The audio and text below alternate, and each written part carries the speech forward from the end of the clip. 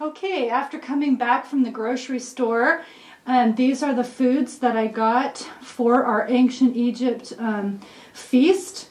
And these are some of the foods that were eaten in Egypt. Here you'll see cucumbers. Those were even mentioned in the Bible when the Israelites were complaining that they didn't get to eat these things.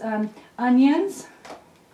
There's celery. Leeks. I've never made leeks, so that'll be interesting to see how that turns out. It tastes a little bit milder than onions. You have beans. You could also have peas, radishes, melons. We have a watermelon.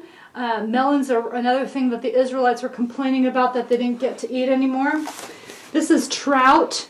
It's got the fish eye still in it, so that should look really magnificent because the Nile River produced fish. Here's a pomegranate. I was going to get like 2 or 3, but they were $3 each. Anyways, my kids have never tasted pomegranate, so that should be fun.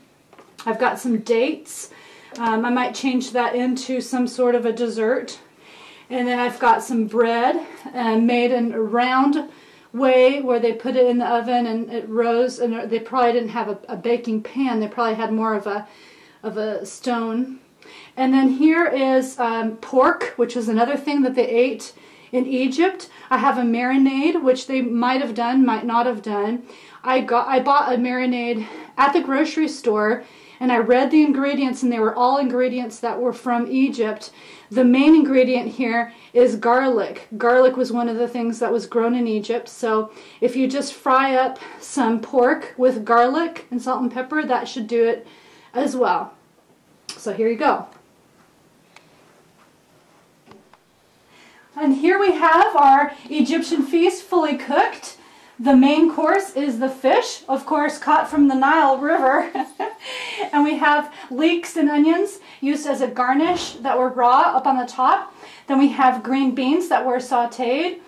And here we have pork, and that was fried up with garlic and pepper and garnished with leeks and onions.